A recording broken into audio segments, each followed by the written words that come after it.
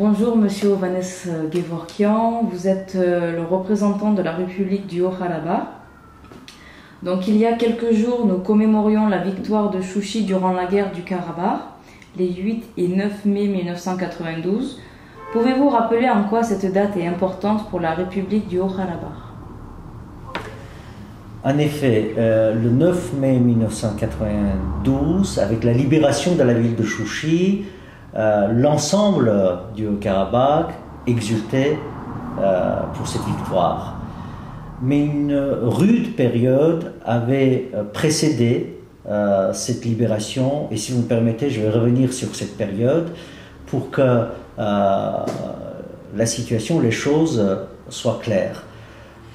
En 1991, quand le Haut-Karabakh proclame son indépendance, au mois de septembre, l'Azerbaïdjan, tout de suite après, lance une attaque d'envergure contre cette jeune république nouvellement créée ou nouvellement proclamée. À l'armée azerbaïdjanaise, héritière des armements ou d'équipements militaires soviétiques, le Haut-Karabakh ne pouvait opposer que sa détermination et quelques fusils de chasse. Soutenu par la seule Arménie elle-même soumise à un blocus, le Haut-Karabakh devait résister à un raz-de-marée venu de l'Azerbaïdjan parce que l'attaque lancée par l'Azerbaïdjan était d'envergure et par ses proportions et par les armes utilisées, une fois de plus, héritées de l'armée soviétique. Pendant des mois, la population du Karabakh, les femmes, les enfants et les personnes âgées étaient contraints de vivre dans des caves ou dans des abris de fortune pour éviter les bombardements, puisque l'ensemble du territoire du Karabakh à cette époque était cible des bombardements incessants.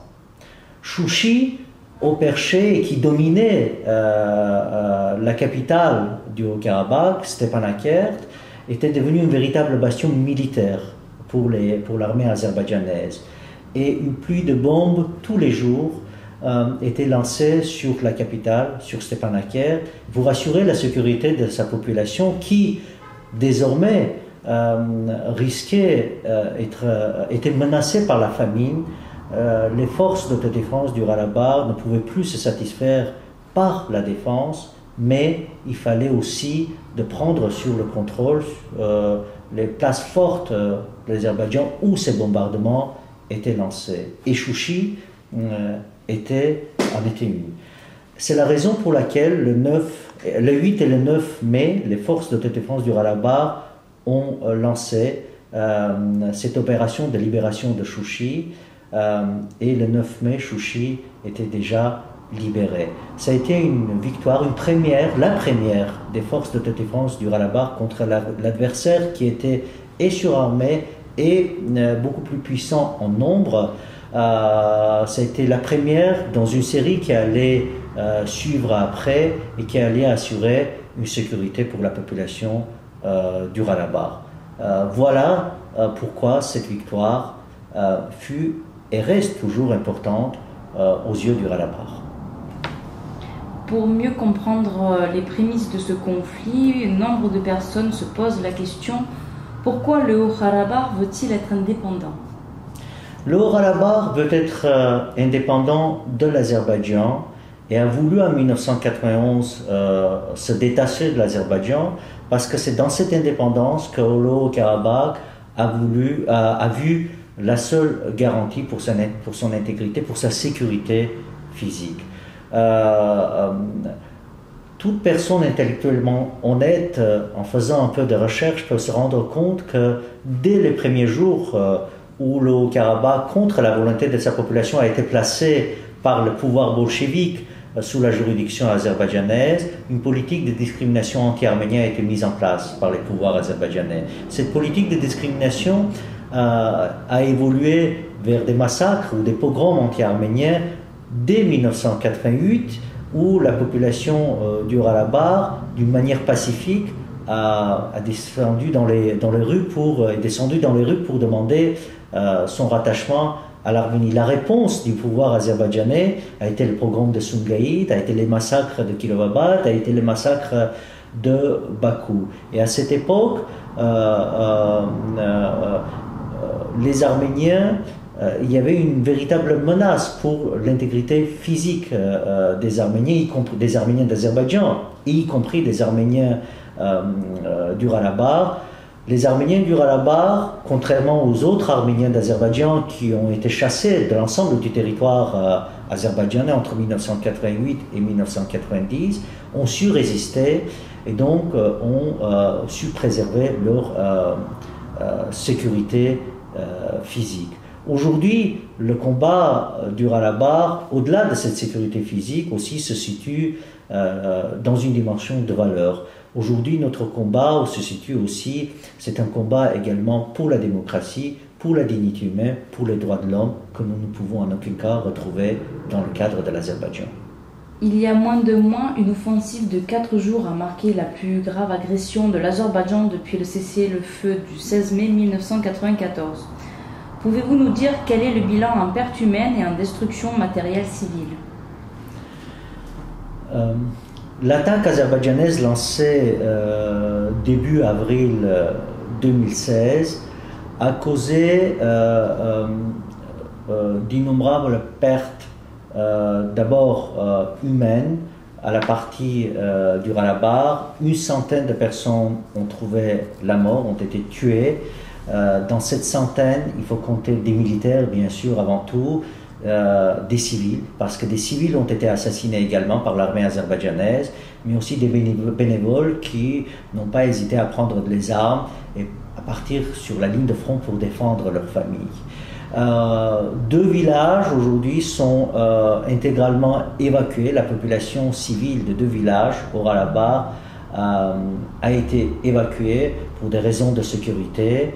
Bien sûr, il y a d'innombrables destructions de maisons ou d'immeubles, notamment dans le nord du Ralabagh. Sur le plan militaire, nous avons perdu plus d'une dizaine de chars et de blindés. Jusqu'à présent, la volonté était de laisser la République du Haut-Karabakh faire la preuve de son indépendance et d'exercer seule sa vie démocratique et institutionnelle. Le 5 mai dernier, le gouvernement arménien a donné son accord pour un projet proposé par des députés d'opposition afin que le Parlement arménien reconnaisse la République du Haut-Karabakh en tant qu'État indépendant. Qu'en pensez-vous? Naturellement, nous saluons toute initiative qui viserait la reconnaissance de l'indépendance de la République du Haut-Karabakh. Aujourd'hui, nous luttons pour que l'indépendance du Karabakh soit reconnue internationalement et mon souhait le plus cher serait qu'au-delà de la République d'Arménie, les pays pour lesquels la démocratie est chère, des valeurs des droits de l'homme sont chères, reconnaissent la République du Karabakh. Cette reconnaissance, à mon sens, apportera davantage de stabilité dans notre région et consolidera la paix dans notre région. Et le Karabakh, déjà constitue un État, mais cette fois-ci reconnu par la communauté internationale, pourrait s'asseoir autour de la table de négociation avec l'Azerbaïdjan dans une clarté absolue et mener à bien des négociations pour que la paix et la stabilité reviennent enfin, tant entendu, reviennent enfin dans notre région. À mon sens, la reconnaissance internationale du Karabakh clarifierait la situation et apaiserait définitivement notre région. La reconnaissance de la République du Karabakh par la communauté internationale serait aussi un signal fort au pouvoir azerbaïdjanais de ne pas s'aventurer désormais dans la reprise de force du Haut-Karabakh ou dans le déclenchement d'une nouvelle guerre contre le Haut-Karabakh. Il ne faut pas oublier que le conflit du Karabakh, ce n'est pas un banal conflit territorial comme l'Azerbaïdjan souhaite souvent le présenter. Il faut rappeler que le conflit du Karabakh est né de la volonté d'un peuple de vivre librement, de vivre démocratiquement et de vivre en sécurité, et de la volonté d'un gouvernement, en l'occurrence du pouvoir azerbaïdjanais, d'étouffer cette volonté de liberté dans le sang. Donc la reconnaissance internationale du Haut-Karabakh, en ce sens, je pense que ce serait un signal fort en faveur de la démocratie et contre toute tentative d'une dictature, contre la liberté et des valeurs des droits de l'homme. Quelle est votre opinion sur les alliés internationaux et les pays amis de la République du Haut-Karabakh qui arment malgré tout l'Azerbaïdjan? Les pays qui arment l'Azerbaïdjan doivent savoir pertinemment que ces armes vont être utilisées contre la population et contre les positions de la République du Haut-Karabakh. Ceci n'est en aucun cas caché et n'a jamais été caché par le pouvoir azerbaïdjanais qui, maintenant, depuis plusieurs années, déclare haut et fort que l'Azerbaïdjan n'hésitera pas à reprendre de force le Haut-Karabakh. Donc, de notre point de vue, toute accumulation d'armes dans la région par l'Azerbaïdjan, le surarmement de l'Azerbaïdjan complique davantage la situation et sur un plan militaire, mais aussi sur un plan politique. Lundi 16 mai, une rencontre diplomatique a eu lieu à Vienne entre les présidents de la République d'Arménie et son homologue d'Azerbaïdjan. Que s'est-il passé lors de cette réunion? Quel est votre sentiment sur les aboutissements de cette réunion? Et certaines voix disent que des concessions ont été faites du côté arménien. Qu'en est-il vraiment? Effectivement, le 16 mai dernier, il y a eu une rencontre à Vienne, une rencontre des trois ministres des Affaires étrangères, des trois coprésidents, avec la participation des présidents arméniens et azerbaïdjanais. Une déclaration conjointe a été prononcée, a été mise en circulation après cette rencontre par les coprésidents du groupe de Minsk qui évoquent un certain nombre de points. Si vous me permettez, je vais énumérer ces points. Le premier point, à notre sens, c'est un point extrêmement positif parce que la déclaration dit que les deux présidents ont donné leur accord de mettre en place dans des périodes ou dans des délais les plus courts possibles des mécanismes d'enquête, des mécanismes d'investigation pour fixer les violations du cessez-le-feu. Nous considérons que cette démarche, que cette initiative est extrêmement positive car nous l'avions demandé depuis maintenant plusieurs années pour que ce mécanisme soit mis en place